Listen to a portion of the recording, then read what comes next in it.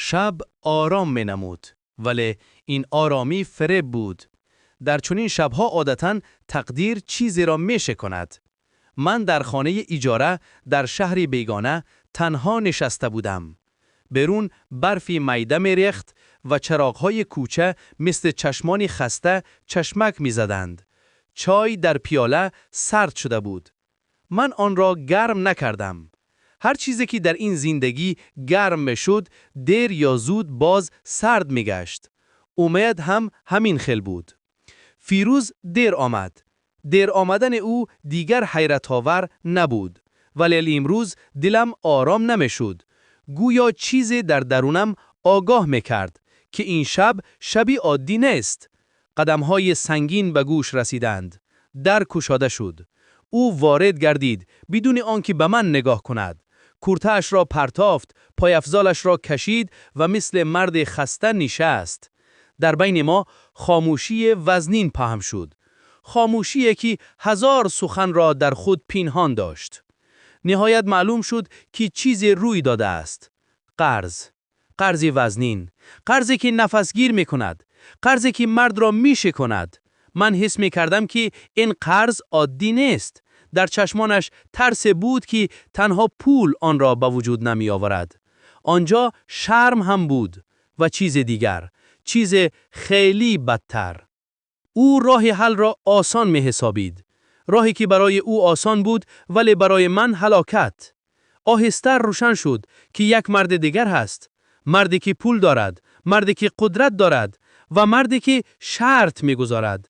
این شرط پول را نه به دستن فیروز بلکه به آبروی من می پیوست. در آن لحظه گویا زمین از زیر پایم لغزید. من فهمیدم که دیگر زن نیستم. در چشم او من بر راه تبدیل یافته بودم، بر راه خلاصی از قرض. من بر رویش نگاه کردم. آن رویی که زمان دوستش می داشتم اکنون بیگانه می نمود. در آن روی مهر نبود، تنها مجبوریت بود و خودصفه کنی. او خود را بیچاره نشان میداد. میگفت که دیگر انتخاب ندارد.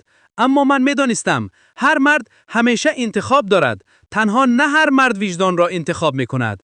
من در آن شب فهمیدم که بعض مردان هنگام تنگی زن را همچون چیز میبینند.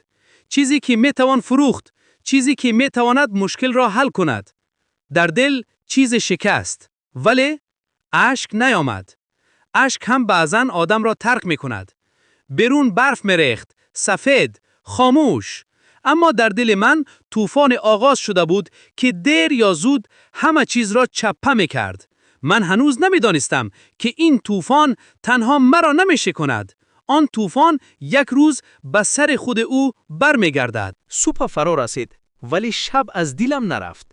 من بیدار شدم اما حس میکردم که گویا تماما نخوابیدم. سر وزنین بود، دل باز هم وزنین تر. فیروز الکی بیدار بود، در آشخانه نشسته به تلفن نگاه میکرد. نگاهش سخت، سرد، بیگانه. حتی یک لحظه هم برویم نگاه نکرد. در همان لحظه فهمیدم همه چیز الکی حل شده است.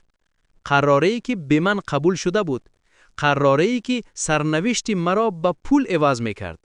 من نزدش رفتم، دلم میلرزید. من گفتم که این کار را نمیکنم. گفتم که زنم، انسان هستم. گفتم که مرا نفروشد. آواز من بلند شد. باری اول در عمرم با چنین درد فریاد زدم. گریه میکردم. التماس میکردم. با پایهایش افتادن هم آماده بودم. اما در روی فیروز هیچ چیز تغییر نکرد. نه رحم، نه شرم. او گفت که دیگر راه نیست. گفت که اگر من رد کنم همه‌شان نابود میشوند. قرض، بدبختی، خار شدن. من گفتم که بهتر است همه چیز تمام شود اما من خود را نفروشم. او داد زد. باری اول نه مثل شوهر بلکه مثل صاحب چیز. گفت که من وظیفه دارم. گفت که برای عائله باید طاقت کنم. گفت که این تنها یک شب است. یک شب. این کلمه مثل زهر بود. من گریه می کردم. بدنم می‌لرزید. در دل دعا می کردم که کسی مرا نجات دهد. اما کسی نبود. در آن لحظه من فهمیدم من دیگر انتخاب ندارم. نه از آن سبب که ضعیف بودم بلکه از آن سبب که مرا مجبور کردند. بگو شد. لباسه را که او آورد پوشاندم. نه با خواهش، با دستهای ملرزان، با دل که الکه شکسته بود. ما از خانه برآمدیم. کوچه سرد بود. آدمان می خندیدند. حیات ادامه داشت. تنها حیاتی من ایستاده بود. من به زمین نگاه می کردم. شرم اجازت نمی داد به کسی نگارم. آن خانه‌ای که رسیدیم آرام بود. خیلی آرام. آرام و خطرناک. در آنجا مرد بیگانه بود. نگاهش سنگین بود. نگاهی که انسان را نمیدید، تنها نرخ را میدید. فیروز مرا تنها گذاشت. همین، به نگاه، به پشیمانی. آن شب من با مردی بودم که دوستش نداشتم. نمیخواستم، نفرت داشتم، اما مجبور بودم. هر لحظه آن شب برایم ابدی می نمود. من گریه نمی کردم. اشک تمام شده بود. تنها خاموش بودم. خاموشی کسی که دیگر خود را از دست داده است. این برای پول بود. برای قرض شوهرم. برای ظالمی او. صبح وقت برگشتم من دیگر همان زن نبودم. فیروز پول را گرفت. پولی که قرض را پوشاند. پولی که مرا شکست. من به حمام در آمدم. آب جاری بود. جسم را می شست. ولی روح را نه. شرم شسته نمی شود. در آینه به خود نگاریستم. چشمانم خالی بودند. من زنده بودم. ولی درون مرد. در آن شب من فهمیدم شوهرم مرا فروخت. نه به خاطر محبت، نه به خاطر عائله، به خاطر پول. و در دلم قسم خوردم من دیگر هیچگاه مال نمی شوم. صبح آمد. اما برای من صبح معنا نداشت. نور از ترزه در آمد ولی درون من تاریک بود. من بیدار بودم ولی حس می کردم که روحم هنوز در آن شب مانده است. جسمم خسته بود. روحم شکسته. من به خود دست زدن نمی خواستم. گویا این بدن دیگر از آن من نبود. خاموش نشستم. نه گریه، نه فریاد. تنها خاموشی. خاموشی وزنینه که نفس گیر می کند. فیروز در خانه بود. حضورش مرا درد می کرد. هر صدای قدمش مثل خاطره برمی گشت. من به اون نگاه نمی کردم. نه از ترس. از نفرت. در دلم یک حس بیگانگی پیدا شده بود. نه تنها نسبت به او. نسبت به خود. من به حمام در آمدم. آب را کشادم. در زیر آب دراز ایستادم. می خواستم همه چیز شسته شود. بدن، خاطره، شرم. آب جاری می شود ولی احساس نمی شود. شرم شسته نمی شود. آن در دل می ماند. در آینه به خود نگاریستم. چشمانم سرخ. نگاهم خالی. من خود را نمی شناختم. آن زنی که بیشتر بود دیگر وجود نداشت. فکرها به سرم می آمدند. فکرهای تاریک. فکرهایی که می ترسانند. من از آنها ترسیدم. نه برای آنکه ضعیف بودم. برای آنکه تنها بودم. من در دل پرسیدم چرا خاموش ماندم؟ چرا رها نشدم؟ چرا اجازت دادم؟ بعد فهمیدم این سوالها مرا میکشند. جوابشان یک تا بود. مرا مجبور کردند. این گناه من نبود. این فکر اول ضعیف بود. بعد کمی قوی شد و همین فکر مرا نگاه داشت. روزها میگذشتند. من کم سخن میگفتم، کم میخوردم، کم میخندیدم. حتی نفسم وزنین بود. فیروز خود را گویا بیگناه نشان میداد. گویا چیزی نشده است. گویا همه‌اش برای خوبی بود. این مرا بیشتر درد میکرد. من درک کردم. او دیگر شوهری من نیست.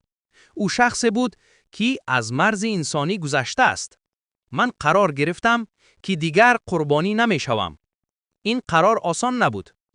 من هنوز ترس داشتم. هنوز ضعیف بودم. اما دیگر خاموش ماندن نمیخواستم. قدم اول خیلی خرد بود. من از خانه برآمدم. تنها برای چند دقیقه. هوا سرد بود.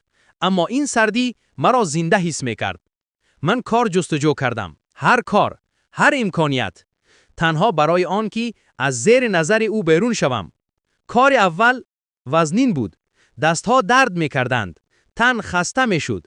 اما هر شام وقت برمیگشتم من حس می‌کردم که یک پاره قوت به من برمیگردد.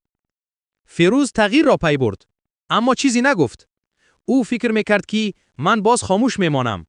او مرا دیگر حساب نمیکرد. او نمیدانست که بعضی زنها بعد از شکستن ناپدید نمیشوند. آنها آهسته قوی میشوند. من هنوز پورا شفا نیافته بودم. هنوز شبها سخت بودند. ولی من زنده بودم و این مهم بود. این آغاز راه بود. راهی که دیگر مرا به پول عوض کردن نمیتوانند. روزها آهسته می‌گذشتند. من کار می‌کردم، نه برای پول تنها، برای آنکه از زیر نظر او دور شوم، برای آنکه هر روز کمی بیشتر خود را حس کنم. کار آسان نبود. دستها درد می‌کردند، کمر می‌شکست، اما این درد دیگر خیل بود. این درد مرا نمی‌کشت. این درد مرا زنده نگاه می‌داشت. من بر وقت بیدار می شدم.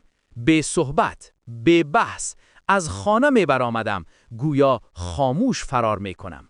هر قدم مرا از گذشته کمی دورتر می برد. در جای کار کسی مرا نمی پرسید. این برایم بهترین چیز بود. سوال نداشتن، نگاه نداشتن، تنها کار. من آهسته به خود برمی گشتم.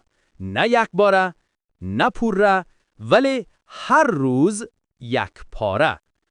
پس از مدت من توانستم حجتهایم را به ترتیب درآورم. نوبت، کاغذ، امضا. هر امضا مثل یک قدم نو بود. قدم به طرف استقلال. فیروز همه اش را میدید اما نمیفهمید. او فکر میکرد که من تنها برای پول کار میکنم. او نمیدانست که من برای نجات خود میروم. در زندگی او باشد آرامی دیر نپایید. قرضها باز برگشتند. این بار سخت‌تر. آدمان پیدا شدند که انتظار نمی شدند. آنها فقط طلب می کردند. او عصبی می شد. خاموش می شد. بعضاً به سبب قهر می کرد. من این حالت را می شناختم. این آغاز فرو ریختن بود. من دیگر بحث نمی کردم. نه از ترس، از آن سبب که دیگر چیزی برای از دست دادن نداشتم. شبها من دیرتر به خانه می آمدم. خستگی مرا زود می خواباند. خوابی که گرچندی آرام نبود ولی بهتر از پیش بود. یک روز او بر وقت آمد. نگاهش دیگر بود. در آن نگاه اعتماد نبود، تنها ترس بود و ناامیدی. او نشست، سر به پایان. من تماشا می کردم. بی خشم، بی قصد، تنها با آرامی که خودم هم حیران شدم از آن. در همان لحظه من فهمیدم ما دیگر در یک زندگی نیستیم. تنها در یک خانه ایم. او چیزی نگفت. من هم. اما خاموشی ما از هر سخن بلندتر بود. از همان روز او دیگر مرا فرمان نمیداد. شاید از آن سبب که قوت فرمان دادن نداشت. یا شاید حس میکرد که من دیگر آن زن نیستم. من دیگر خود را مال حس نمی کردم. حتی اگر گذشته در دلم باقی مانده باشد هم امروز من میدانستم من ارزش دارم. و کسی که انسان را به پول عوض می کند دیر یا زود خود به چیز تبدیل می یابد. این قانون است. قانون آرامی تقدیر. روزهای آمدند که فیروز دیگر خود را پنهان کرده نمی توانست. قرضها مثل سایه از پسش می رفتند. هر زنگ صدای خطر داشت. هر پیام دلش را می لرزاند. او شبها خواب نمی کرد. به دیوار می نگریست. به یک نقطه. گویا امیدش همان جا می مرد. بدنش ضعیف شد. رویش زرد. قدمهایش نااستوار. یک شام بر وقت آمد. این بار بر وقت آمدنش ترسناک بود. در را بست. به دیوار تکیه کرد. نفسش وزنین بود. من فهمیدم که چیز شکسته است. او نشست. سر به پایان. خاموش. من هم خاموش ماندم. بین ما سالهای زیاد جمع شده درد می ایستاد. بعد از مدت او به من نگاریست. این نگاه دیگر نگاه نبود که فرمان دهد. این نگاه التجا بود. نگاه کسی که دیگر راه ندارد. او کمک خواست. آهسته. با آوازی که در آن افتخار نمانده بود. پول نمی رسد. قرض زیاد است. بدنش طاقت نمی کند.